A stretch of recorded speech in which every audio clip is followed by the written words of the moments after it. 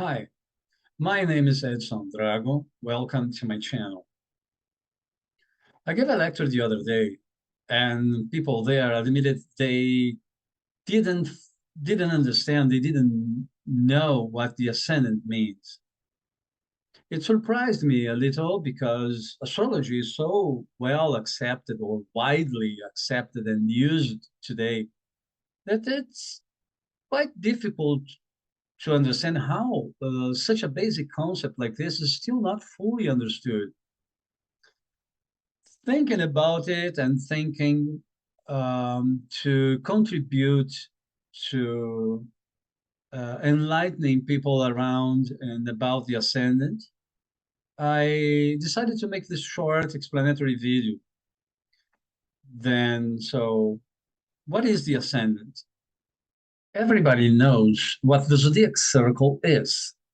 The circle generated by the movement between Sun and the Earth around a year.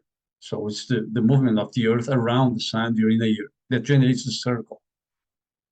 Um, and it is the origin of the zodiac signs. But there's another circle, very important, central to astrology. It's the circle generated by the movement of the Earth around itself. What is the origin of the day, and in astrology, the origin of the house, the astrological houses. Let's do some drawings to help me to explain it. I mean, imagine that here is a schematical sun, and we can draw here a schematical earth. Of course, they are disproportionate, but anyway, this is the way to explain it. Now, imagine that the sun sends its rays in this direction, so it comes on Earth like this. And let's imagine that here is the North Pole on Earth. All right. So if here is North Pole, then the sun spins in this direction here. All right. So it makes let's imagine now a city here, and this city is in the morning. Why? Because if the Earth is spinning in this direction, moments before, the sun is not visible from this city here.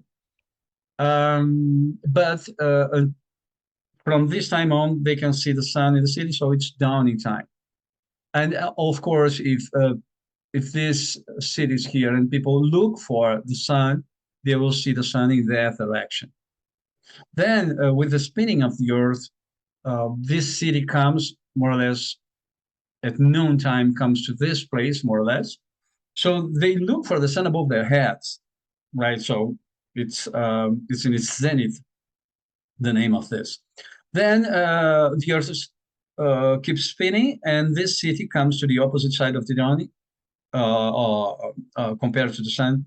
The city is in the opposite side, so people will look to the opposite direction to see the sunset, right?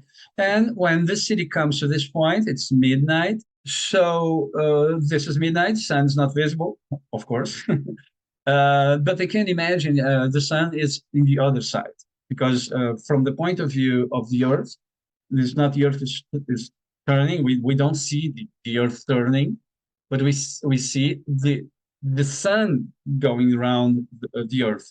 But if we look attentively, we can see that after the sun goes down, we can see everything coming up in the east horizon and going down in the west horizon. But let's now see the point from the point of view of the city. The city's point of view shows something like this. Let's imagine now that this is the city here. People in this city in the morning look at that direction. Then during the noontime, they look in this direction. Then in the sunset, in the opposite direction, and during midnight, to the opposite in relation to the noontime. Now we can imagine a circle here again. So this is the second circle generated by the movement of the day, the relation between the sun and the earth during the day. So what's happening in this point here, the east point, the east horizon, we can see the sun in the morning coming up here, then the sun in the noon there, the sunset, and midnight. So when the sun disappears, for example, during the night, we can see not only the sun, but then comes the moon from in the same point, then various stars in many points. So everything comes from below the line of horizon and becomes visible. So this gives the sensation of rising and ascending.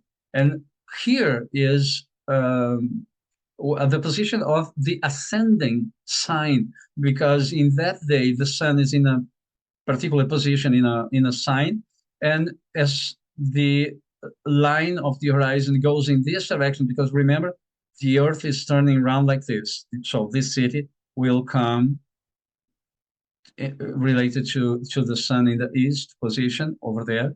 So the position of the sun is there.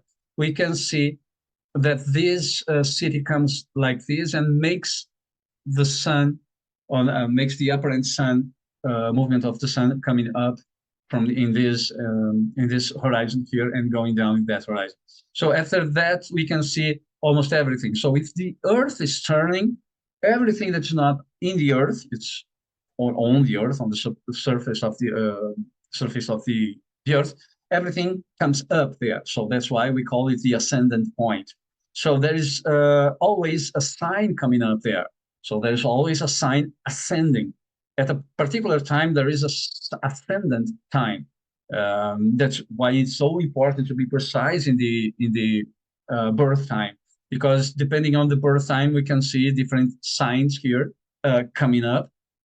It changes, so it is the ascendant of someone's birth, for example, or whatever beginning, whatever starting point we are calculating, there's always an ascendant point and looking to the east. But why is it so important? Because we can see that in the morning, when astrology was conceived, like 10,000 years from now, more or less, people used to wake up during this time when the sun is in this position. The first house is here. The sun in this position. So what people usually do when the sun is coming up, well, they wake up, decide what to do, and put everything into motion. There are plans, they make decisions, they see each other, they come up and do things. This doing things marks or represents the sign ascending. So if I was born with for example, a Taurus here, my my decision making and my putting these decisions into motion, like make it happen, will be like a Taurus, not like my sun that could be, for example, could be here. My sun could be more or less like here, and would be in Aquarius, for example. So I am an Aquarian, but my ascendant was, so to say, my decision making and my movement, my putting into movement, beginning something, will be in accordance with the ascendant sign. So the rising sign, the ascendant, shows how someone makes decision and make them happen. How she makes the first step towards his goals or towards his wishes, so to say. So it's not only what motivates someone, but it's the motivation of the first step. Sometimes we decide to do something in accordance with our sun, like my sign. I'm doing something Aquarian, for example. But my first step will not be like an Aquarian. My first step will be like Taurus, for example. So it is also what motivates me to do to take the first step. So if I take the first step, I will not take this first step because my plan is Aquarian, but because my plan has something to do with Taurus. So this is what is my first motivation, or the motivation to take the first step.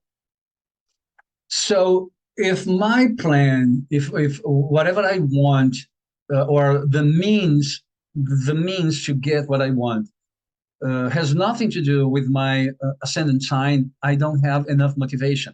That's why sometimes we lack motivation to do something, even if we want that something. So that's so important to know what motivates me to give the first step, because after the first step, the rest of the chart will play its part in it. But if my first step is not motivated by my ascendant, I don't give the first step. I don't take it. I don't make it movement. So if you have already decided to do something, but you don't feel like exactly motivated to take the first step, just look at your ascendant sign. Then you can put something from your ascendant into your plans, or in the means to reach your goal. Then we will find this motivation most of the time. Sometimes there's some other things in play here, right? So this is the first thing. Then this first movement I do always when I meet someone for the first time. When I meet someone for the first time and say, "Oh, hello, I'm Anson," I will act like my ascendant, not my sun. So my sun will come up after I have already a relationship, or we are getting along in some sense. So my sun comes up and appear in the relationship. But the first image I show is the first movement I do. That's why the first image is given by the ascendant, not the sun sign. And that's why many astrologers call it the mask. But the mask is not something artificial. It's something that comes from my first movement.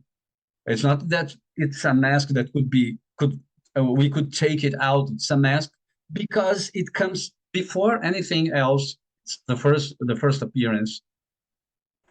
So it's very important that this first movement is harmonic, because if it's not harmonic, I cannot cause a good impression on other people. I'll cause an impression of inharmony. And it's sometimes we can see it in someone's chart, like if there is a planet that contradicts the ascendant sign, or in my case, for example, from Aquarius to Taurus, it's quite confusing, or quite inharmonic relationship between what is in Aquarius with what is in Taurus. It's in a square position, a square aspect. So sometimes we need to know how to separate it and how to merge it, how to coordinate my sun sign, my moon sign, with the ascendant sign. Okay, so that's why it's so important to know how to deal with this. This incompatibility, it's important because this incompatibility could cause a sensation that there is something wrong with me. There is something, I'm sabotaging myself. I'm doing something that goes against my own plans. No, it's not against. It's not that you are doing this, but a part of your motivations is not, or it's hard to combine with some other parts of my motivations to be happy or to do things in the world. By knowing this, I can find common ground of interests, uh, comparing the ascendant sign with the sun sign, or the moon sign, or Mars sign, or whatever other part of the of someone's chart, of my chart, for example. By doing or through this understanding, I can manage with my impulse to be happy in the world, to make things happen. So that's why this is so important, and sometimes we get this wrong idea that I am sabotaging myself, or there's something wrong with me. No, it's maybe I'm lacking understanding of my impulses inside. That's why some psychoanalysts love to get his patient's astrological reading, because his treatment or her treatment would be much faster than at first imagined. I hope I helped you to understand what the ascendant is. It's not only this. This is a very short explanation, but I hope I helped you to understand this, beginning to understand this information about that we can get from our ascendant sign, and how to improve your life or your life experience uh, from this part of your self knowledge. Okay, not that we are separated parts. We are not paranoid or schizophrenic from the beginning, but these are different motivations, as many other kinds of different motivations, intellectual motivation and emotional motivations. And so we can understand it from the astrological point of view, so we can understand better how we constitute our impulses to find happiness in the world. Well, thank you for today. I hope you enjoyed this video. And if you liked it, just touch the button like and subscribe to my channel. And I hope to see you next time. Bye.